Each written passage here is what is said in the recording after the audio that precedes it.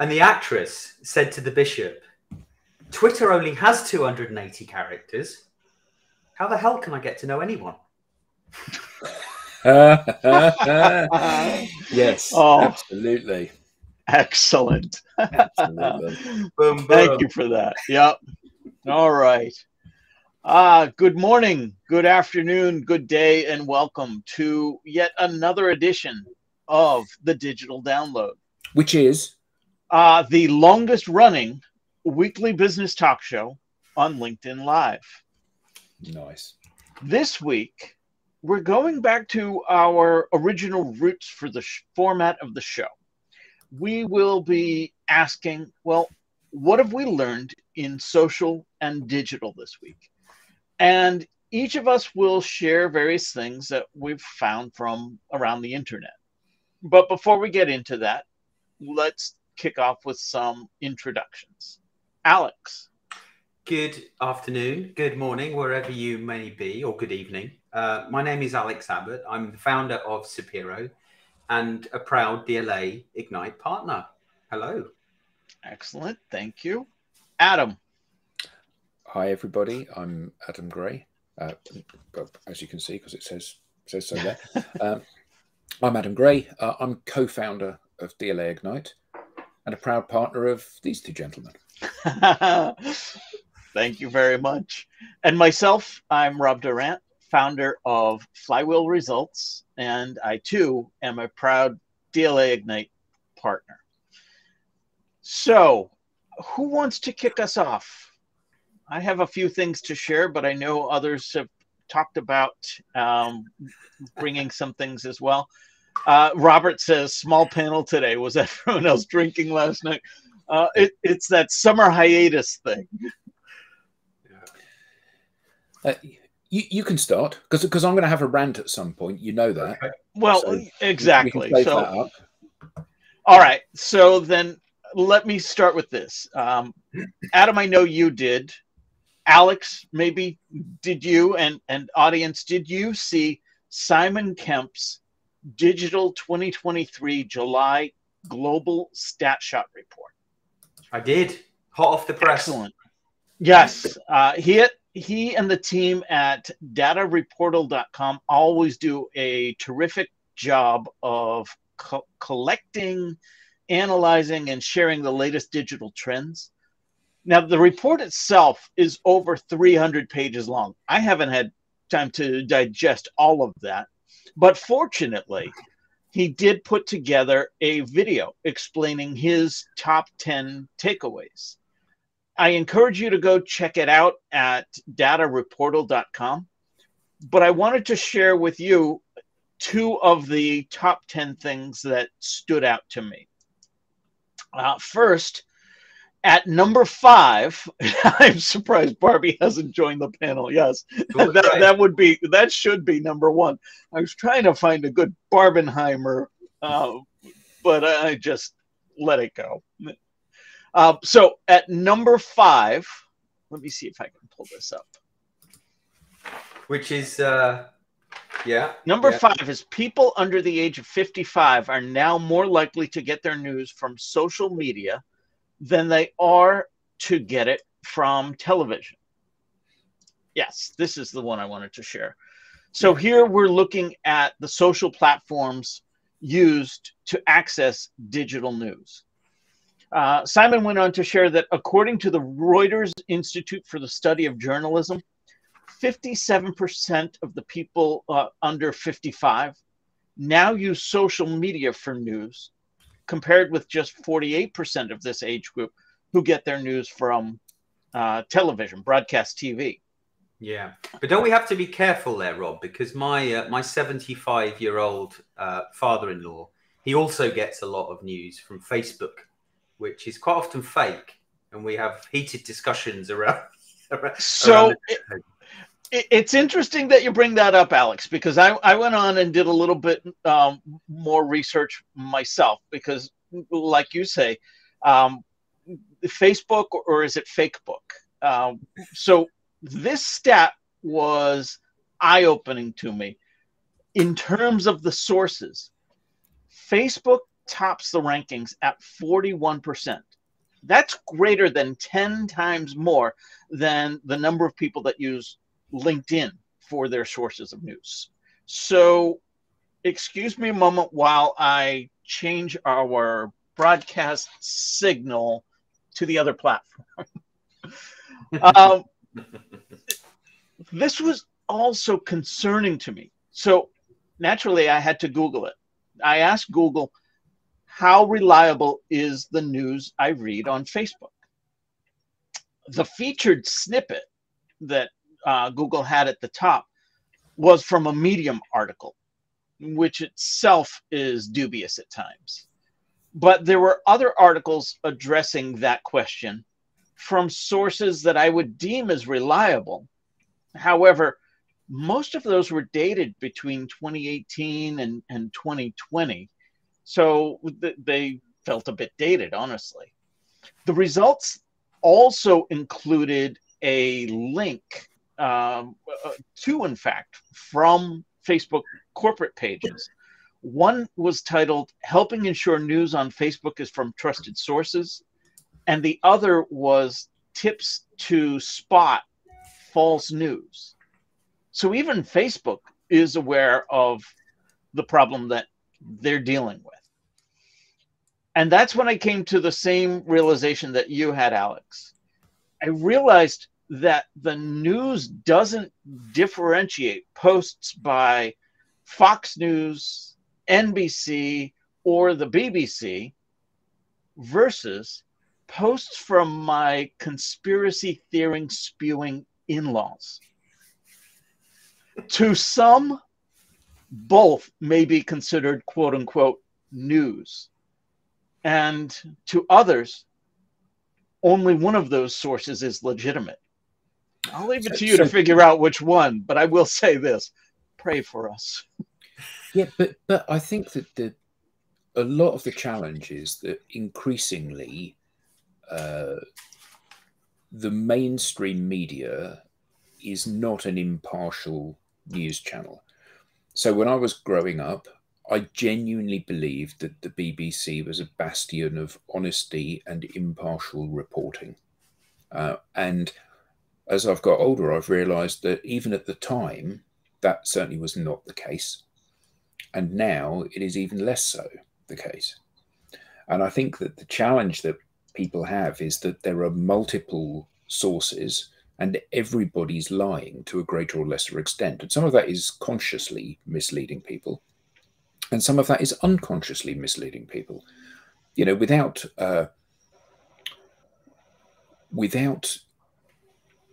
trying to polarize the conversation further, you know, if you're in America and you live in a blue state, then lots of the news that is more liberal, you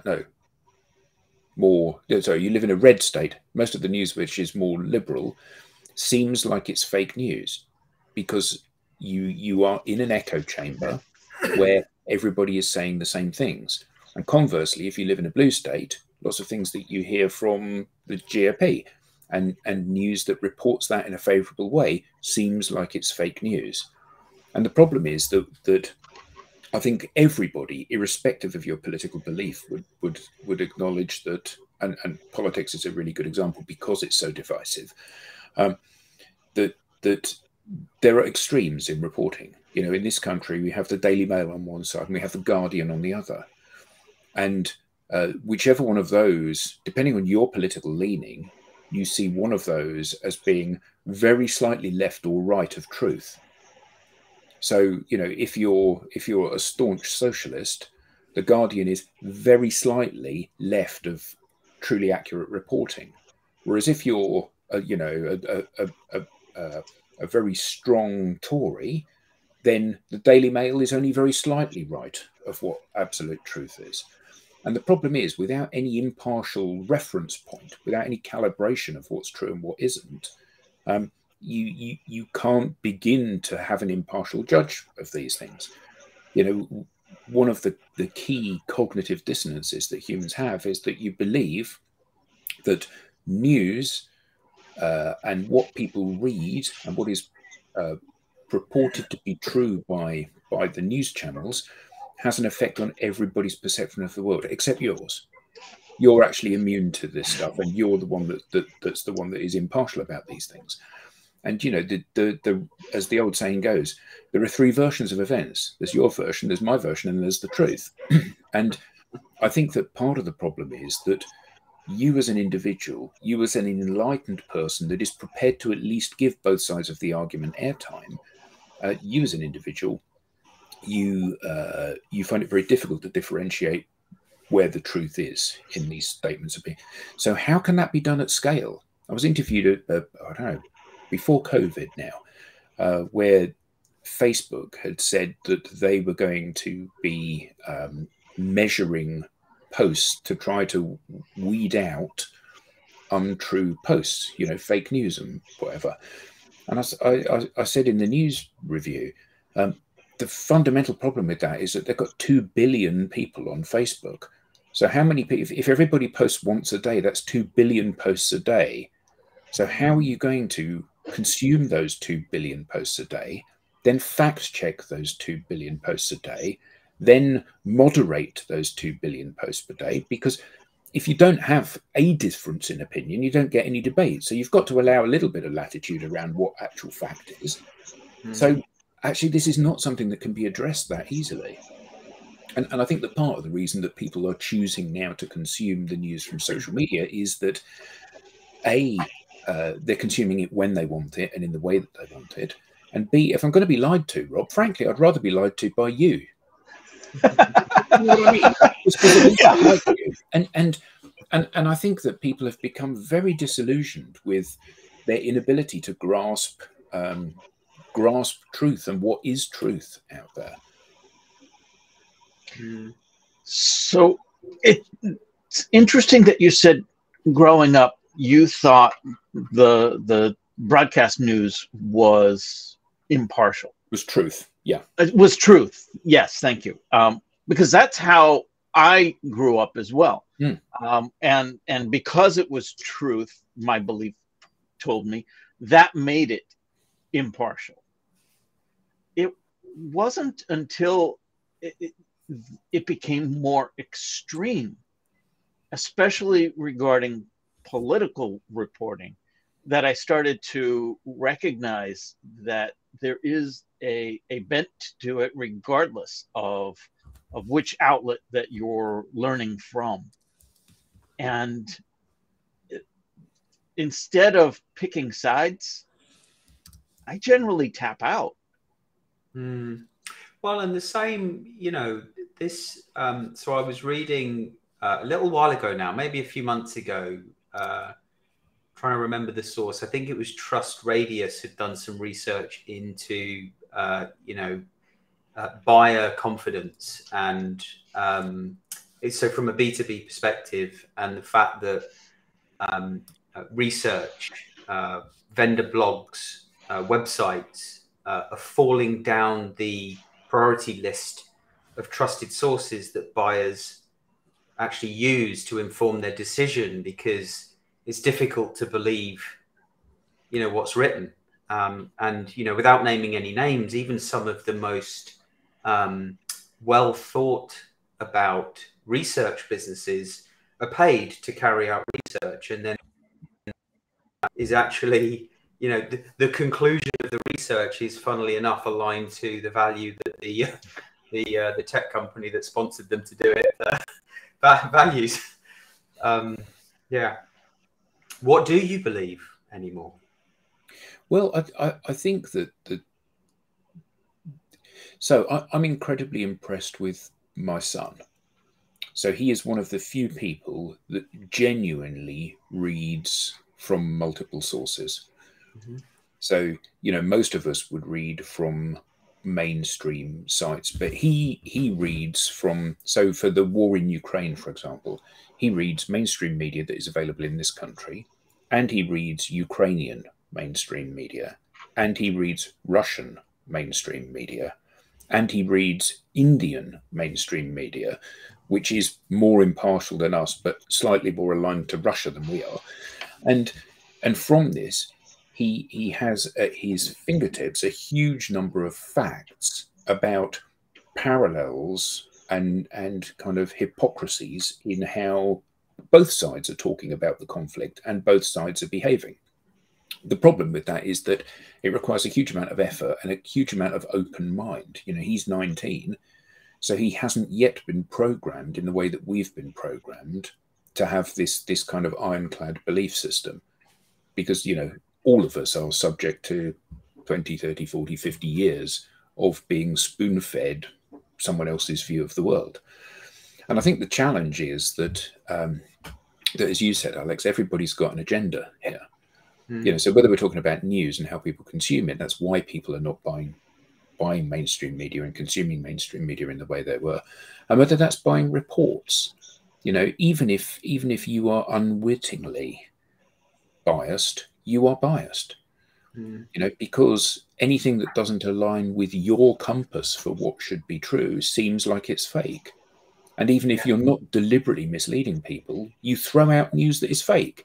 You know, if somebody says to you, the Earth's flat, you don't actually read a lot further than that because you know it's not the case. Yeah. One assumes it isn't the case. But you know, there are so many things like that where there are those fundamental cornerstones that you say, well, I don't actually need to delve into that because I know that's not true. Yeah. And that informs these biases that we all have. Yeah. Right. Yeah. I've started using. I don't want to go off track, so I want to come back to the to Simon Kemp's report because I've got a point I wanted to raise in relation to that. But in recent weeks, I've started using a source of evidence-based research by the Oxford Review, and you know, there's some really interesting stuff in there, and what they typically do is take the academic research that's being done all around the world, thousands and thousands and thousands of pieces, and they sift through it all, and then they turn it into, you know, common English that you know, an average business Joe like me can understand, because I would probably find it very frustrating trying to read an academic report and understand it fully. But there's some really interesting stuff that's coming out of there, and what I'm finding is it fills me with confidence to know that it's the truth. All right, from an academic's perspective, but there's no commercial agenda. So there's no commercial agenda, but that doesn't make it true either, is what I'm starting to recognize, and much for the reason that Adam just shared. If it's not aligned with what I believe, I'm going to stop reading. Even as an academic, I'm likely to have certain biases. So going back to the Earth is flat. Well, you know what? I'm just going to stop there and move on to the next thing. So it does influence that which gets reported and such. The other thing that I wanted to share from his report was the top story. The number of active social media users, social media user identities. So they did their best to try to suss out how many social media profiles belong to individuals, and recognize that individuals can have more than one. But what they came up with was the number of active social media user identities is now equal to more than 60% of the global population. And according to Simon's analysis, with a total of 4.88 billion distinct identities, we're using social media platforms in numbers greater than we ever have.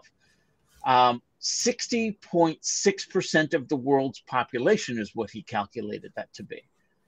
So again, I did some research of my own based on that. And I learned that according to the World Bank, in 2022, 65% of the world's population was between the ages of 15 and 64. What that means is if someone in the world is between the ages of 15 and 64, there's a greater than 90% likelihood of them using social media. That's worldwide. Yeah. Yeah. Do you know what I've taken from this report that is linked to that point? What's that? I think this is astonishing, by the way. It was Simon's number 5. Sorry, number 6. Number 6. You've already done number 5. The world's digital gender gap. Oh, yes. Yeah. Women and 19% less likely to use the internet than men. I think that was the exact stat. And in order for us to meet the United Nations Sustainable Development Goals, 100 million women a year need to start using the internet, which would be a 60% increase on the current growth trend for women using the internet. Now, granted, I think it's mainly South Asia, perhaps the Middle East, that these, where these women are not using the internet. But, I think that I think governments and corporates need to be doing more to empower women to use the internet, the same way men are doing. Right. I mean, if we can waste time, so can they. Well, it's we I mean, outside of the download, right? We strongly recommend, that people, professionals within business, learn to walk digital corridors confidently, safely, and effectively. And to think that to think there are many women out there that worry about how to use the internet, let alone social media, or for whatever reason are not using the internet, let alone social media. There's a massive opportunity. Absolutely. I like Sandy's comment. Well, there's a business idea. Yeah. Did anyone else have observations from that report or something else that you wanted to bring up for discussion? Yeah, I think that one of the things that came out of the report for me was how little the percentages had shifted.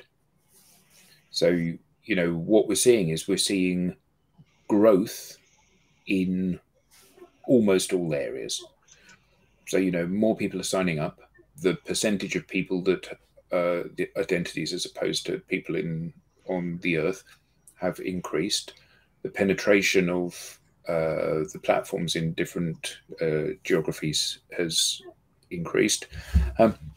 What I found surprising was that there's a very slight decline in the amount of time the average global time spent on social media per day per person, from I think 2 hours 29 minutes to 2 hours 27 minutes now. So it's only a tiny shift, but one of the things that I think is quite interesting is that the market has obviously, the environment has become much more mature, and therefore it's stabilized. So we're not seeing any volatility in terms of platforms coming up and coming down, growth in certain regions, because basically everybody's here now. And I think that whilst it has removed the opportunity for quick wins for entrance into this marketplace, what it does mean is that this is now increasingly becoming a hygiene behavior in terms of having conversations. So every country, people get news and fact finds from YouTube and Facebook and every other one. Every country has got people in these platforms. Every country, people are having conversations, and significant conversations, because the average time spent per user is 2.5 hours per day nearly. So, this has moved from being any whiff of being a flash in the pan or something which I can sit on my hands and wait for this to develop. It has developed, it is mature, and every organization needs to be putting this front and center of their behavior. Yeah, in fact, the growth rate of users adopting social media, I noticed in the report, it actually accelerated slightly in the last 3 months. And, you know, I don't know if Threads has had anything to do with that, with 150 million new users within the first 7 days, as fast as Chat GPT, apparently, that growth. But it's astonishing when you know to think about how many users there are on social media, yet there's still an acceleration of user adoption. Well, I think the thing that's amazing is not how many users there are, but how many people there are that aren't users. Right. And despite the fact that the pool of people who are not on social media is getting ever smaller, still the rate of growth is accelerating, albeit only slowly now. So the growth is still strong, but the acceleration in growth is not strong, despite the fact that every day that goes past, there are fewer people that aren't on social media. So the pool that you're drawing that growth from is ever smaller. And I think a couple of comments I want to bring up. First, Zachary shared, have a look at this civic science study, and he shared a link to that. So thank you for that, Zachary. I will check that out. And then, of course, we hear from Andrew. We all know why men use the internet more than women. I'll leave it to Andrew to figure that out. Betting sites. Yeah, that must be it. And Sandy shares, I know how many women gamers who don't use social media. Interesting that you bring that up, Sandy. One of the other elements in the report was talking about gaming and the perception of the gamer and the demographics of the gamer. The data doesn't support the perception, or in other words, there were gamers across all generations. Yeah, it's and what was interesting was you know, the 55 to 64-year-old bracket was there was a big increase in terms of the number of people gaming, and interestingly, smartphones was the device of choice. And I guess unsurprisingly, was it 30% of those games that were being played were quizzes to keep the mind active, right? Andrew replied, it's to watch this show and that album, of course. Yes, that's exactly it. Of course. Thank you. There is a hunger for us. That's what we're basically saying. That must be it. But I wanted to come to Mark's statement as well. There are a number of my close family members who are choosing to walk away from social media due to... Don't you say that. That's utter rubbish. I won't tolerate. I understand that completely, but to anyone who says that, I do, first of all, I respect that, but I want to remind you, you can control what's in your social media feed. Yeah, and you can temper that toxicity. But walking away is probably the easiest way to do that. Yeah, I mean, there is the danger that you also walk away from all of the other benefits that social brings. You know, the relationships that you've developed over the last 5 years from people you went to secondary school with, the family members who are far-flung, the old friends you used to work with, the party that's going on in, you know, the next street that you didn't know about if you weren't on Facebook. And unfortunately, you know, when you cut out the bad, you also run the risk of cutting out the good as well. Right. I mean, I think that one of the things that this report has thrown up for me, and when I talk to individuals and organizations, I will raise the visibility of this particular line of thinking, which is that it actually doesn't matter whether you like any of this stuff or not. It doesn't matter whether or not you are naturally a social person, whether or not you're comfortable publishing content, and whether or not you enjoy doing that. What matters is the fact that everybody is here, and you don't any longer have a choice. It's like not having a telephone or not having a website if you're a business. And one of the things that I see as being kind of simultaneously an obvious move that people need to make, but also quite concerning, is that share of search engine usage, Google is 92.64% of the search engine market, and the next nearest competitor they have is Bing with 2.7% or 2.8%. And what that highlights is that there are players in town that you cannot avoid, and you have to base your strategy on where the people are, because clearly, if you are optimizing your website for Google, then you're appealing to 93% of the marketplace, and if you're optimizing it for DuckDuckGo, you're optimizing it for 0.5% of the market. And the challenge here is that sometimes you have to dance with the devil, don't you? Even if it's an organization you don't like. I'm not particularly anti-Google, but whether it's Google, whether it's Facebook, whether it's LinkedIn, whether it's Twitter, whichever platform it is that you don't like, you may not have the choice. Right.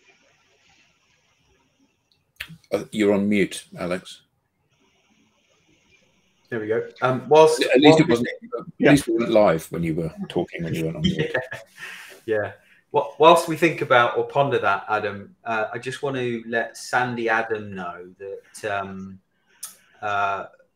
we each pair our channels, so not everybody can see every comment. Oh, that's right. So I've pasted Zachary Nippert's study on my profile where the post is, where I've posted about this event. Right. So if you want to visit my profile, there's the link to Zachary's study, or the study Zachary shared. But I think that from our perspective, every organisation needs to look at Simon Kemp's report, and they need to consider what try to stand back and consider what the ramifications of the data in that report is saying to them in their business. When Tim and I were in Singapore just before COVID, we were flying down to work with a potential reseller there, and Simon is based in Singapore, so dropped him a note saying, "Hello, mate. And I'd never met him before at that point. Hello, mate. We're in Singapore. Do you fancy meeting up?" And he said, "Yeah. Come to my." I think it was to my club, I seem to remember. And we met up with him, and he was having an audience with one person after another. And he was such a charming man, so generous with his insights and his thoughts on this. And his belief is that, as ours is, that there is only one game in town anymore. You have to be optimizing your behavior on social, because that's where everybody is. Yeah. For me, that was the biggest takeaway when I listened to Simon Kemp's. He's as you said, Rob, he's created this lovely little kind of top 10 video to better understand the report, unless you want to read through 200 pages. 300. Okay, 300. Yeah. 300 pages. That was the biggest takeaway for me, was wow, everyone is on social media. Everyone, almost everyone. And still, I'm going to say people, but generally, most people within business, in the professional world, don't understand how to navigate social media in order to help realize their commercial objectives. And I think that's because they're still trying to meet their commercial objectives, as opposed to using social media as the tool that it is, which is a platform to meet other people, not sell to other people. Yeah. And as we talk to more and more organizations, some people push back against this overwhelming tide of you have to be here by saying, but I don't want to be there. But actually, that's not a choice any of us can make anymore. You know, if you are in any kind of customer facing role, you have to be putting your best foot forward on social, because simply saying, well, I don't want to share I don't want to publish posts on social is like saying, well, I don't want to have an email address, and I don't want to have a telephone. You know, and yeah, you know, of course you don't need to have a LinkedIn profile if you're going to be a carpenter, you know, working in a forest somewhere making crafts. You don't. But actually, if you're in B2B sales, or you're in the corporate world, you certainly don't have any opportunity to not be here and be successful. Even that carpenter needs somebody to hire them. And well, very true. You know, I'll take it back. Yeah, it might not be the best platform. LinkedIn, that is, might not be the best platform for them to make others aware of what they do, but there is a digital platform, or several, that could do that better than simply word of mouth. And that was one of the other things that came out of Simon's top 10 as well. I forget where it fell on the list, but word of mouth was surpassed by Alex. You've got it. Yeah, number 4 on his list. Didn't quite make top 3, but social media has overtaken word of mouth when it comes to introducing people to brands and products. Right. Wow. And for how many years have marketers been saying word of mouth is the most effective form of marketing? Right. Now, go on. No. I was going to draw this to a close, because that was a perfect segue. But go on, say what you're going to say. Well, no, you know, but then I also took away from Simon's report how much advertising is done on social media, and you know, we're talking about social media being used as a platform for other, you know, people to meet people.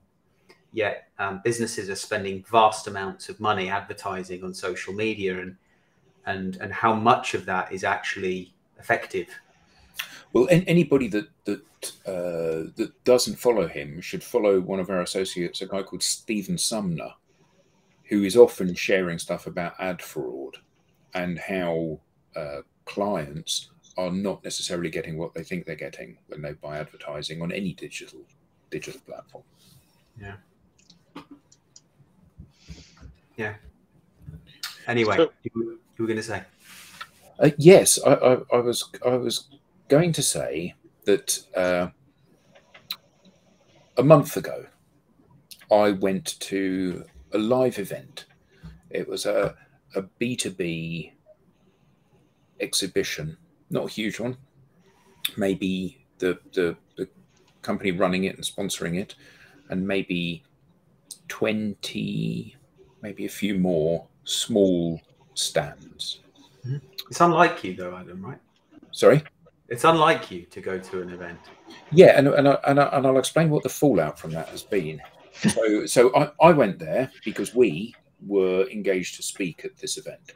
Okay, so you had to go. Yeah, and we would have gone anyway, because we met some nice people there, and there were some good networking opportunities there. A couple of which may lead somewhere, and certainly it's nice to reconnect with people that we haven't seen for a while. So that's fine. It was not a waste of a day, but the value came from the anecdotal conversations. You know, I'm queuing to get a coffee, you're queuing to get a coffee next to me, and I go, "Oh, hi, Alex, not seen you for ages. How's it going?" Then we go and sit down and we chat and we catch up.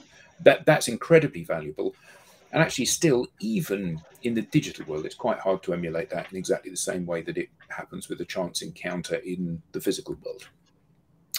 But you know how events are structured. So even though I'm there in a professional capacity, I'm still registered as an attendee to the event. So you've got 20 companies, all of whom have got stands, all of whom have been given the list of attendees and their contact details, because that's part of what you pay for when you pay £1,000 or £10,000 for a space to put your stand. And that was a month ago.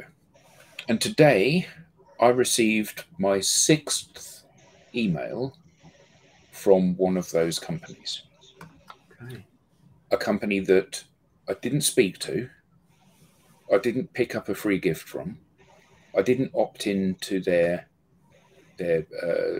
email list, I didn't ask to receive any communications. So immediately after the exhibition, I got a thanks for attending. I said, well, I say immediately, a couple of days later.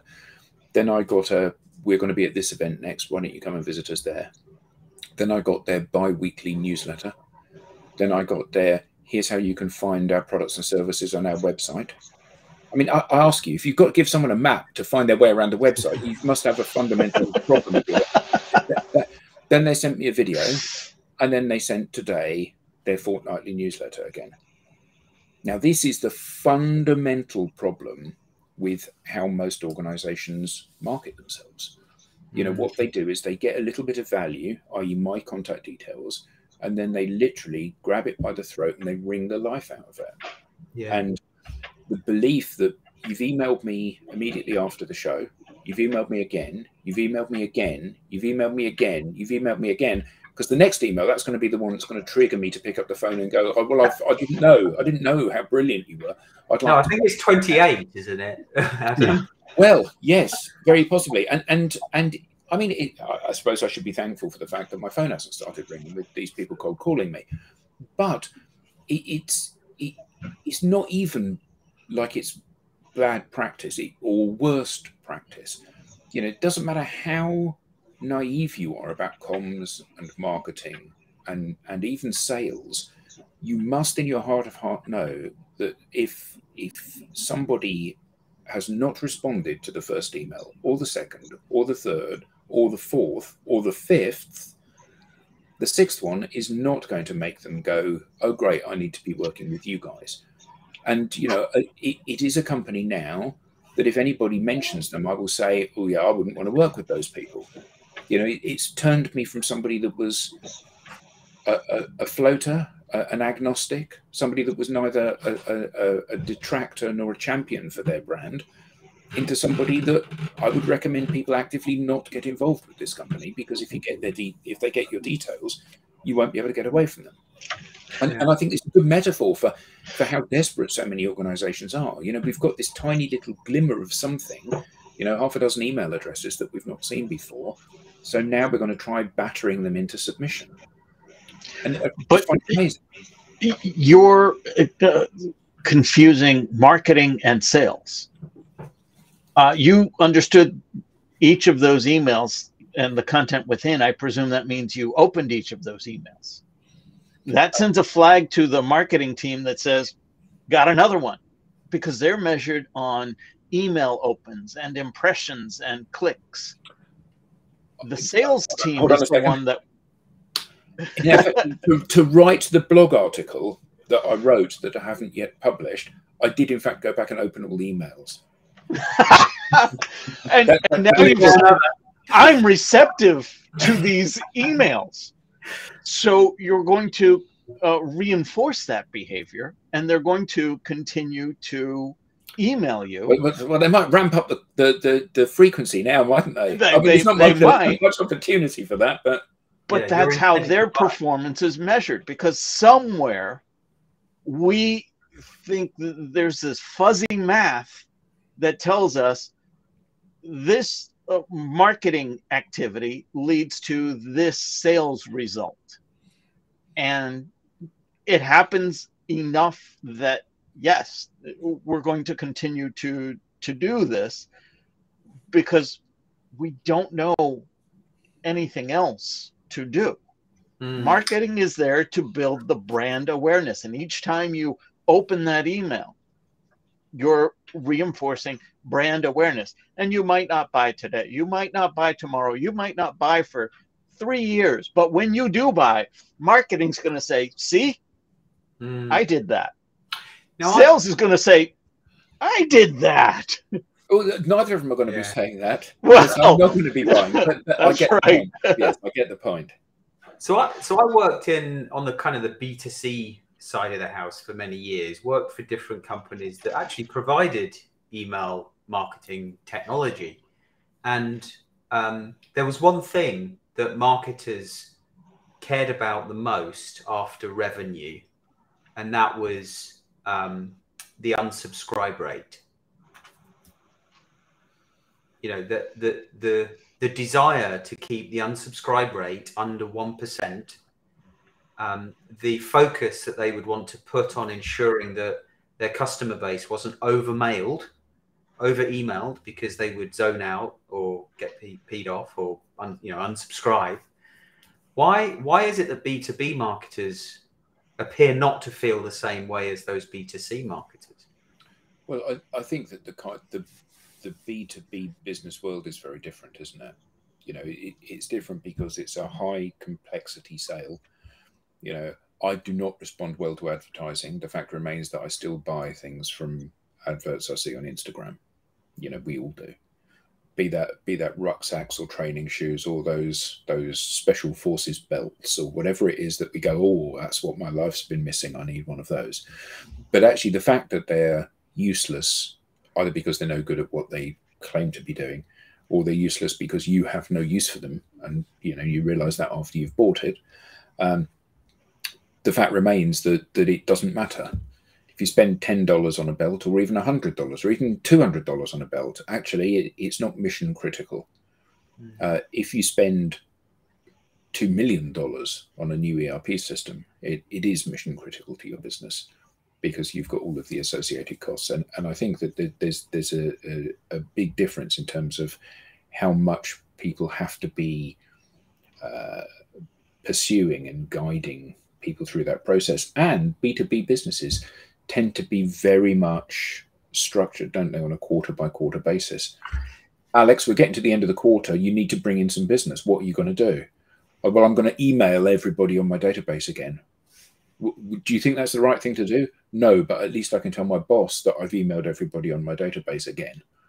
Yeah, but surely if the deal value is worth 2 million, then more focus, more care, more attention needs to be taken in ensuring that you're not upsetting your audience by over-mailing them in the same way that you've been over-mailed. Yeah, but I think for many, in many B2B organizations, the heat is on, isn't it? The pressure is turned up on the sales team. And actually, I think, as we discuss often in the sales TV show that we do, the challenge is that salespeople often, and I had this when I worked in the corporate world, people would say things like, I think I'll have another 6 or 9 months before I get laid off. So actually, you're not worried about priming the pump for 2 years down the road. The business should be, but you're not incentivized to do that. You're incentivized to close today at all costs. And if you close today and you make your number, you've got another quarter before you have to worry about finding another job. And that seems to be a repeating pattern. And that drives this self-harming kind of behavior that individuals have in this space, where they will prostitute everything for getting one more conversation today, rather than saying, what matters is not how many conversations I have today, but how many conversations I have every day. And that's a world apart in terms of how that's positioned in someone's mind, isn't it? Yeah. Anyway, needless to say, I will not be buying or recommending from that particular company. Not unless they email me a few more times. Yeah. There will be that day. Oh, that's exactly what I needed. If only I knew you existed.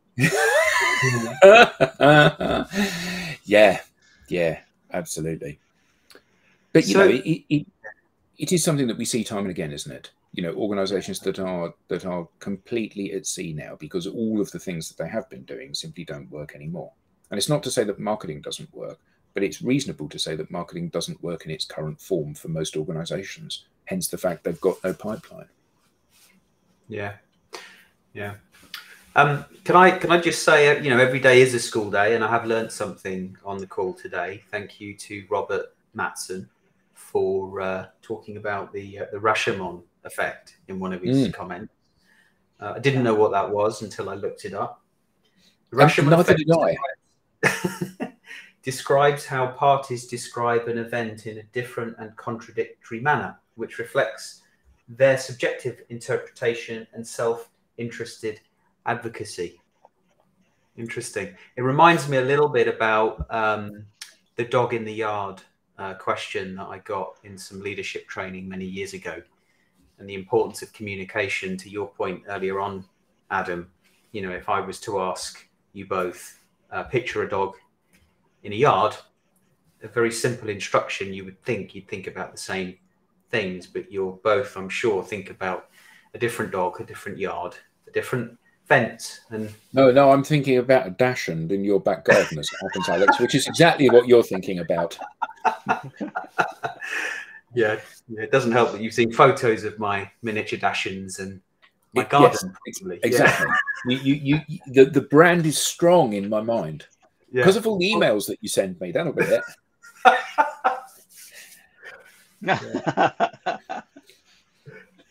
Thank you, Robert. Yes, I like Andrew's comment, his last comment. This one? Yeah. So I don't know if you get that in America, but we used to get it in this country, and it would be, and Billy Connolly used to do a sketch about this, and for more elderly people, there's like a giant slipper that comes up to your knees that you put both feet in, and sometimes it can be an electrically heated one, which has a little thermostatic control on it, and it's so when you're sitting down at the end of the evening watching TV, your feet don't get cold. And Billy Connolly said that he thought it would be really funny to buy 2 of these and put them by the back door side by side, because if anyone broke into the house, they'd go, "Oh my God, the person who lives here must be enormous."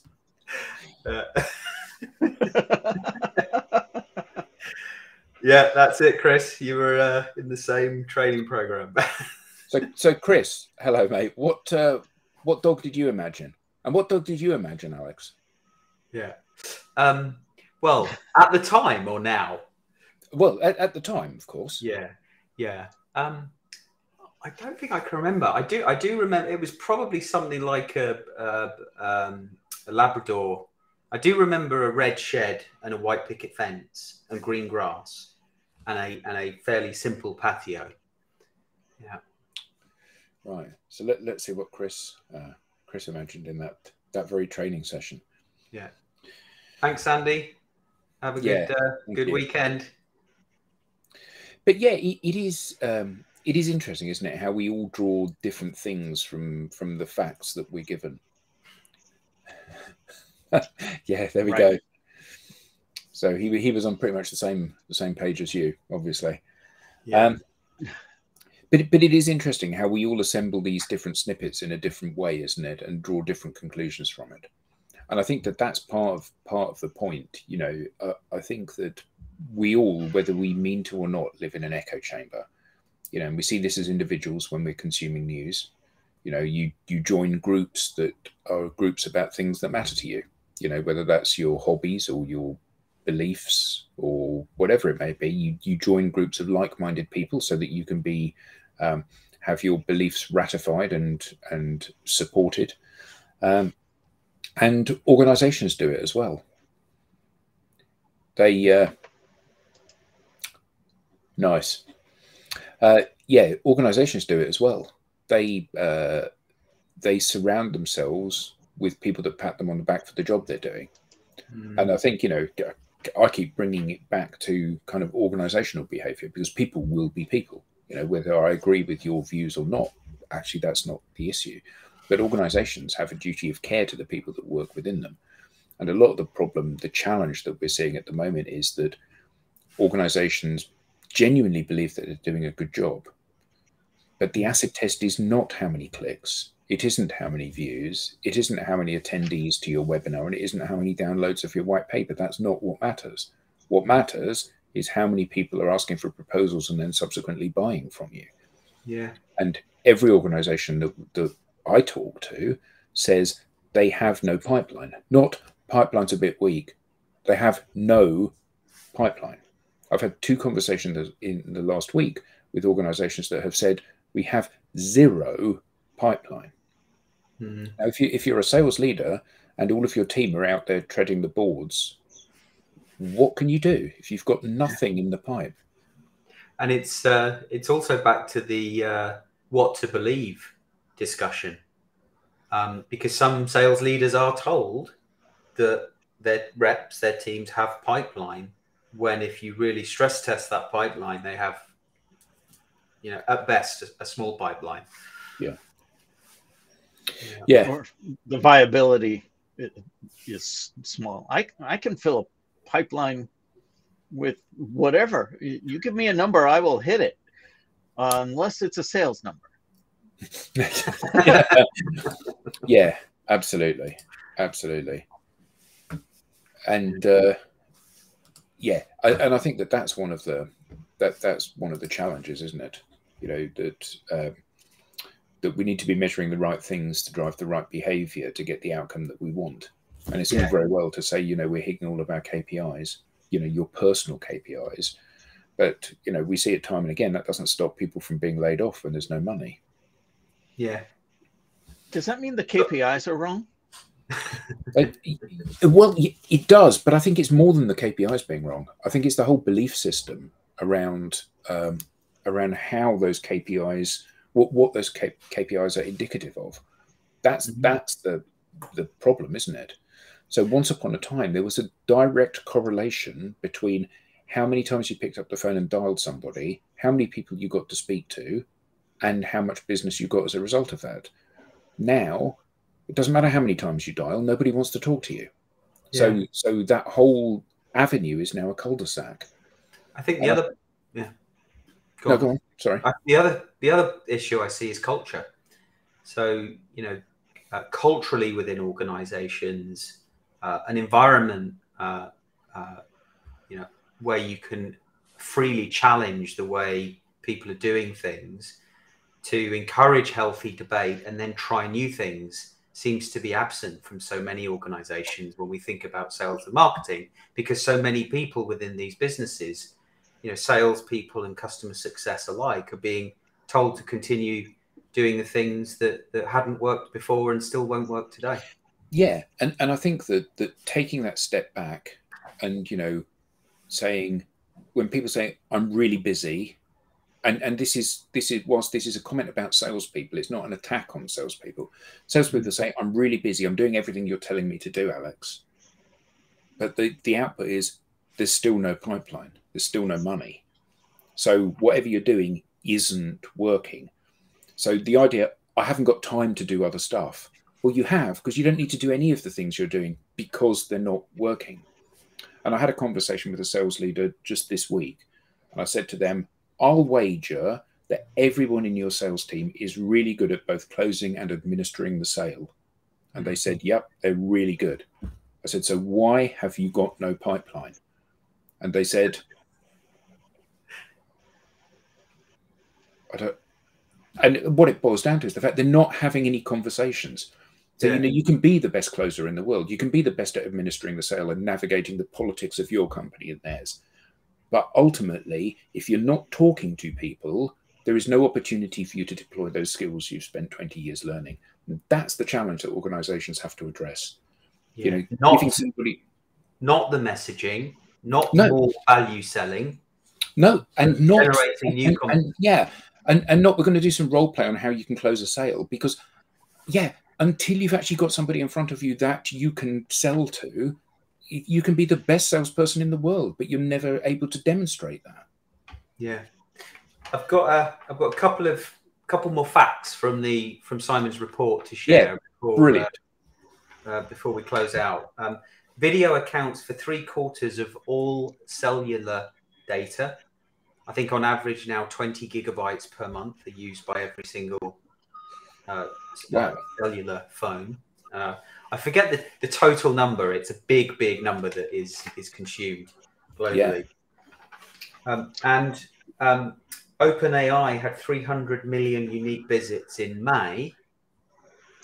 What's interesting is that dropped by 6% in June.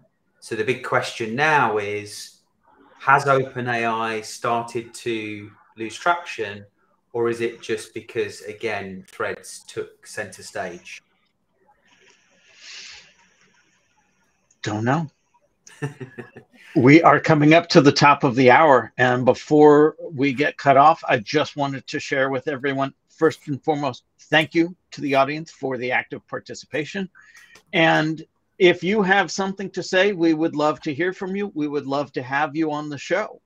Yeah. This has been the Digital Download, the longest running weekly business talk show on LinkedIn Live. Thank you, Alex. Thank you, Adam. Thank you, Rob. Audience.